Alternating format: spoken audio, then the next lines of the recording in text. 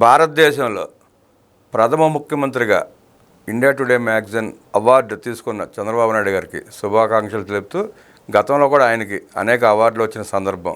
అవి ఏమిటి, ఏ అవార్డులని తెలుసుకునేందుకు మన స్టూడియోలో మనతో పాటు ఉన్నారు సీనియర్ జర్నలిస్ట్ వడ్లమాని కనకదుర్గ గారు. వారిని అడిగి మరిన్ని విశేషాలు తెలుసుకునే ప్రయత్నం చేద్దాం.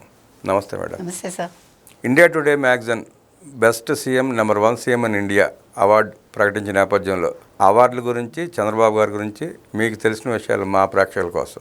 చంద్రబాబు నాయుడు గారికి అవార్డ్స్ కొత్త కాదండి. ఆయన అవార్డ్స్కే అవార్డు ఆయన ఆంధ్రప్రదేశ్కి. ఎందుకంటే కొన్ని అవార్డ్స్ కొంతమందికి ఇవ్వడం వల్ల వాటి గౌరవం పెరుగుతుంది. ఈరోజు ఇండియా టుడే మ్యాగజైన్ గొప్పతనం కూడా పెరిగింది. ఐటీ మ్యాన్ ఆఫ్ మిలీనియం అని ఆయనకి ఎప్పుడో 2000లోనే ఆయనకి అవార్డు వచ్చింది, ఇండియా టుడే వాళ్ళు ఇచ్చారు. అదేవిధంగా ఇంకా మీరు చెప్పినట్టుగా వేరే అవార్డ్స్ కూడా వచ్చాయండి వారికి. తర్వాత ఇంకొకటి ఏంటంటే business person of the year అని ఎకనమిక్ టైమ్స్ ఇచ్చింది వారికి. అలాగే టైమ్స్ ఆసియా నుండి south Asian of the year అని, తర్వాత ప్రపంచ ఎకనమిక్ ఫోరం డ్రీమ్ క్యాబినెట్లో సభ్యుడు అనే పురస్కారంతో కూడా ఇచ్చింది. అంటే వారిని సత్కరించారు వీళ్ళందరూ కూడా. ఇప్పుడు అవార్డు రాకపోయినా నష్టం లేదు, వచ్చినా నష్టం లేదు ఎవరికి, చంద్రబాబు నాయుడు లాంటి వాళ్ళకి. ఆయన అవార్డ్స్ని బట్టి ఆయన పనిచేయరు, లేకపోతే అవార్డ్స్ కోసం పనిచేయరు, అవార్డ్స్ రావాలని పనిచేయరు. ఆయనకి పని చేసుకోవటం ఒకటే ఆయనకు తెలుసు, అది ఒకటే ఆయన లక్ష్యం, ఆయన జీవిత ధ్యేయం అదంతే. ఆయనకి వాటి పట్ల ఆసక్తి కూడా ఉండదు. ఎందుకంటే ఆయన పని రాక్షసుడు చెప్పాలంటే. పని చేయటమే వచ్చు, రాష్ట్ర అభివృద్ధి ఆయన ఆకాంక్ష ఎప్పుడూ కూడా. ఎందుకంటే గతంలో కూడా ప్రధానమంత్రి పదవి వస్తే కూడా, వరిస్తే కూడా నాకు అక్కర్లేదు, నా తెలుగు ప్రజలు ముఖ్యం, నా ఆంధ్రప్రదేశ్ ముఖ్యం అని చెప్పి ఆయన తిరస్కరించారు. ఇంకా అంత పెద్ద పొజిషన్ తిరస్కరించిన వ్యక్తికి ఈ అవార్డ్స్ లెక్క అండి. కానీ ఈ అవార్డ్స్ ఒక లెక్కే ఒక రకంగా. అంటే ఆయన ప్రతిభని ప్రపంచానికి తెలియచేయటం అవుతుంది. ఈరోజు భారతదేశంలోనే #1 ముఖ్యమంత్రిగా, అంటే మళ్ళా 4వ ముఖ్యమంత్రి అయ్యాక 8 నెలల కాలంలో ఆయనకు వచ్చిందంటే అది ఆయన గొప్పతనం కదా. అది చిన్న గొప్పతనం కాదు. ఎందుకంటే ఒక 5 ఏళ్ళు 2019 నుంచి 24 మధ్యకాలంలో ఏదైతే ఆంధ్రప్రదేశ్ ఉందో అది ఒక 30 సంవత్సరాలు వెనక్కి వెళ్ళిపోయింది జగన్మోహన్ రెడ్డి హయాంలో. కానీ ఒక 8 నెలల కాలంలో మీరు ఒక 3 నెలలు వదిలేస్తే 4-5 నెలల్లో ఈ రాష్ట్రాన్ని అభివృద్ధి పదంలో నడిపిస్తూ ఒక 6,87,686 కోట్ల రూపాయలుకి సంబంధించిన పరిశ్రమలు తీసుకురావటం, అంటే అంత భారీగా. తర్వాత 4 లక్షల పైచీలకు ఉద్యోగాలు కల్పించడంలో కృతకృత్యులు అవ్వడంలో చంద్రబాబు నాయుడు గారి పనితీరు మనం చెప్పుకోవచ్చు. అందుకని ఇవాళ ఈ అవార్డు ఇవ్వడం వెనక ఈ అంశాలన్నీ దాగి ఉన్నాయి. ఇంకా చెప్పాలంటే అసలు ఆంధ్రప్రదేశ్కి ఒక రాజధాని లేకుండా ఉన్న తరుణంలో గత 5 ఏళ్లలో అమరావతిని ఒక జంగిల్గా తయారు చేస్తే ఈయన వచ్చాక జంగిల్ క్లియరెన్స్ చేసి అమరావతి మా రాష్ట్ర రాజధాని అని గర్వంగా ప్రపంచానికి చాటి చెప్పాడు ఆయన. అంటే మీకు పెట్టుబడులు ఎప్పుడు వస్తాయండి? ఒక రాజధాని ఉంటేనే కదా, ఒక ముఖ్యమంత్రి, ఒక సమర్థుడైన ముఖ్యమంత్రి ఉంటేనే కదా. అలాంటి సమర్థతకి ఇవాళ ఒక పట్టం ఇది, అది ఇండియా టుడే కట్టింది. అదేవిధంగా పోలవరానికి గత ప్రభుత్వ హయాంలో 15,000 కోట్లు మంజూరు చేస్తే 15,000 కోట్లు ఏం చేశాడో జగన్మోహన్ రెడ్డి మనకు తెలియదు. ఇవాళ పోలవరం ప్రగతి బాట పడుతోంది. ఇవాళ ఆంధ్రప్రదేశ్ అనేది ప్రపంచ పటంలో #1లో నిలవబోతోంది. భారతదేశంలో త్వరలోనే #1 అవుతుంది. కాబట్టి వీటన్నింటినీ సాధించిన వ్యక్తి ఎవరండి? చంద్రబాబు నాయుడు గారు. వైసీపీ వాళ్ళు ఇవాళ ఏం మాట్లాడతారో చూడాలి. అవార్డ్స్ అనేవి కొనుక్కుంటే రావండి. చంద్రబాబు నాయుడు గారిని ఏ నోళ్ళతో దూషించారో అవే నోళ్ళు చాలా వరకు మూతపడిపోయినాయి. ఆ నలుగురు జగన్మోహన్ రెడ్డి దగ్గర పక్కన తప్ప ఎవరు కనబట్టలే. వాళ్ళ భూషణ తిరస్కారాలకి ఈయన అతీతుడు. ఎవరు? చంద్రబాబు నాయుడు గారు. ఓకే, నువ్వు అన్నావా, ఇప్పుడు ఏనుగు వెళ్తుంటే కుక్కలు మురుగుతాయి, ఎవడు పట్టించుకుంటాడు? ఏనుగు తన దారిన తాను అలా మందగమనంగా వెళ్ళిపోతుంది. చంద్రబాబు నాయుడు గారు కూడా అంతే. 5 ఏళ్ళు ప్రతిపక్షంలో కూర్చోబెట్టినా కూడా సిగ్గుపడకుండా జగన్మోహన్ రెడ్డిలాగా ప్రతిపక్ష హోదాలో ఉండి 23 సీట్లతోటి ఇదే జగన్మోహన్ రెడ్డి ఒక్క 4 ఇటు లాక్కున్నానంటే నీకు ప్రతిపక్ష హోదా ఉండదు అంటే కూడా సరే నీ వాగుడు నీదే, నేను ప్రజల కోసం ఉన్నాను అని ఆయన ధైర్యంగా ఆయన అసెంబ్లీని ఎదుర్కొన్నాడు. ఆయన ప్రజల్లోకి వెళ్ళాడు ఆయన. కానీ 11 సీట్లకు పరిమితం అయ్యి ఇవాళ అసెంబ్లీకి రావడం లేదు, ప్రజల మొహం చూడటం లేదు, కార్యకర్తల మొహం చూడ్డు.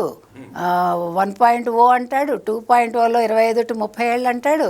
నెక్స్ట్ ప్రజలు కాదు నాకు కార్యకర్తలే ముఖ్యం అంటాడు.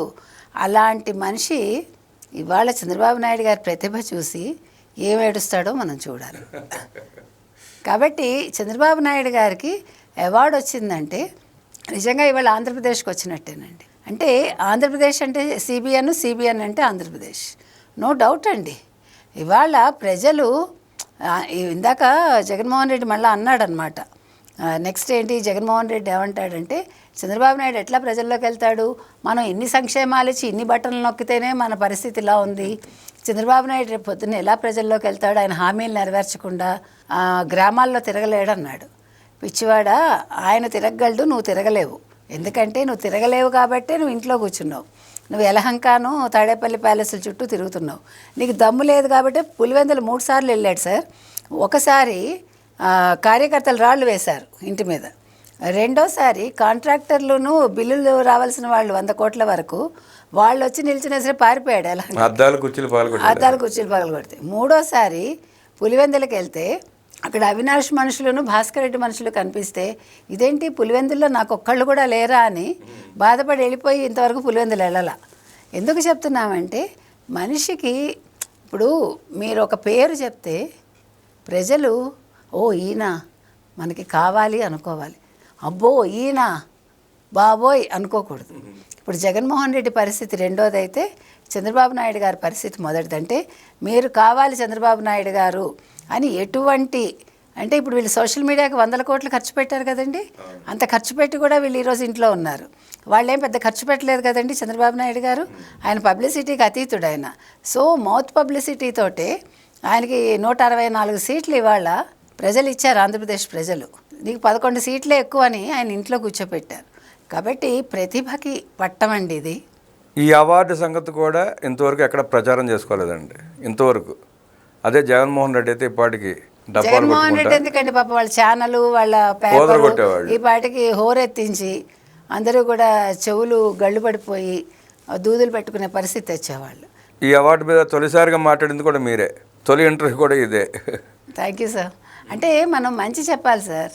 ఇప్పుడు ఆయనకు అక్కర్లేదు కానీ ఆయనకు కావాల్సిన మనుషులకు కావాలి కదా, కొన్ని విషయాలు మంచి విషయాలు తెలుసుకోవాలి కదా. అది పొగడ్త కాదండి, ఇది పొగడ్తలు అగడ్తలకు దారులు అంటారు. మనం పొగడ్త కాదు, ఇది మనం ఇచ్చింది కాదు. ఒక ఇండియా టుడే లాంటి మ్యాగజైన్ వాళ్ళు ప్రకటించింది. వాళ్ళేమి అల్లటప్పగా ఇచ్చేసారు. వాళ్ళు ఏదైనా ఇచ్చారంటే దానికి నిజంగా ఒక ప్రతిభకి వాళ్ళు గుర్తించే ఇస్తారు, ప్రతిభకి తార్కాణంగానే ఇస్తారు. కాబట్టి ఇవాళ ఆంధ్రప్రదేశ్ ప్రజలు గర్వించాలండి. మనం సరైన వ్యక్తినే ముఖ్యమంత్రిగా ఎన్నుకున్నాము. మన రాష్ట్రం ప్రగతి పథంలో సాగుతోంది.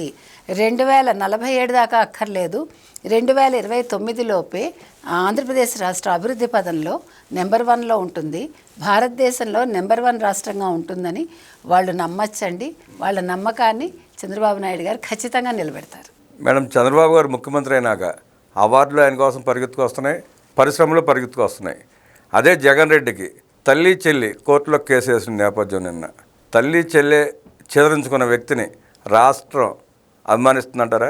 ఎలా అభిమానిస్తుంది సార్? ఎప్పుడైనా కూడా ఇంట గెలిచి రచ్చ గెలవమన్నారు. రచ్చ గెలిచి ఇంట గెలవాడు ఎవడును. తల్లి చెల్లికే మర్యాద ఇవ్వని ఒక ముఖ్యమంత్రిగా పనిచేసిన జగన్మోహన్ రెడ్డి ఇంకా రాష్ట్ర ప్రజల్ని, రాష్ట్ర మహిళలని ఏ విధంగా కాపాడతాడు అని ప్రజలు అనుకుంటున్నారు సార్. ఆయన ఏదో 25 ఏళ్ళు 30 ఏళ్ళు 2.0 మళ్ళా నేనే ముఖ్యమంత్రి అంటున్నాడు. కాదు జగన్మోహన్ రెడ్డి, 2.0 నెక్స్ట్ జైలే అని మనం చెప్తున్నాం. రాజ్యాంగం ప్రకారం ఉన్న ఆర్టికల్ ప్రకారం 60 రోజులు డిస్మిస్ కాబోతున్నాడు. ఇంకా ఎమ్మెల్యేగా పోటీ చేసే అవకాశం కనబడట్లే. ఆయనకి అసెంబ్లీని తప్పించుకోవడానికన్నా ఎమ్మెల్యేగా పోటీ చేసే ఉద్దేశం ఆయనకు లేదని మనకు తెలుస్తుంది. అంటే పులివెందుల్లో అయిపోయింది సార్. ఇవాళ పులివెందుల్లో అక్కడ కార్పొరేటరు ఇవాళ 20 కుటుంబాలతోటి తెలుగుదేశంలో జాయిన్ అయ్యాడు పులివెందులకు సంబంధించి. నెక్స్ట్ పులివెందులలో తెలుగుదేశం జెండా రెపరెపలాడుతుందండి. జగన్మోహన్ రెడ్డికి ఎలాగ ఎమ్మెల్యేగా నిల్చునే ఉద్దేశం కూడా లేదు. నెక్స్ట్ యలహంక ప్యాలెస్లోనే ఆయన జీవితం, లేదంటే లండన్ ప్యాలెస్లో ఆయన జీవితం గడుపుతాడు అంతే. అంతే. రాజమహేంద్రం కాదంటారా? అది అంటే ఫైనల్ డెస్టినేషన్ అది. అంటే జీవితం అంతా అక్కడ ఉంటాడు అనమాట, రాజమహేంద్రవరం జైలు. చంద్రబాబు గారు అవార్డులు అనేక విషయాలు మనకు తెలియజేసిన కన్నదుర్గ గారికి ధన్యవాదాలు తెలియజేసుకుంటూ, చంద్రబాబు గారి కోసం అవార్డులు వస్తాయంటే జగన్ కోసం రా రా అని రాజమహేంద్రవరం జైలు గేట్లు తెరుచున్నాయి. చంద్రబాబు గారికి అవార్డులు, జగన్ రెడ్డికి ఏడ్పులు. నమస్కారం. నమస్తే.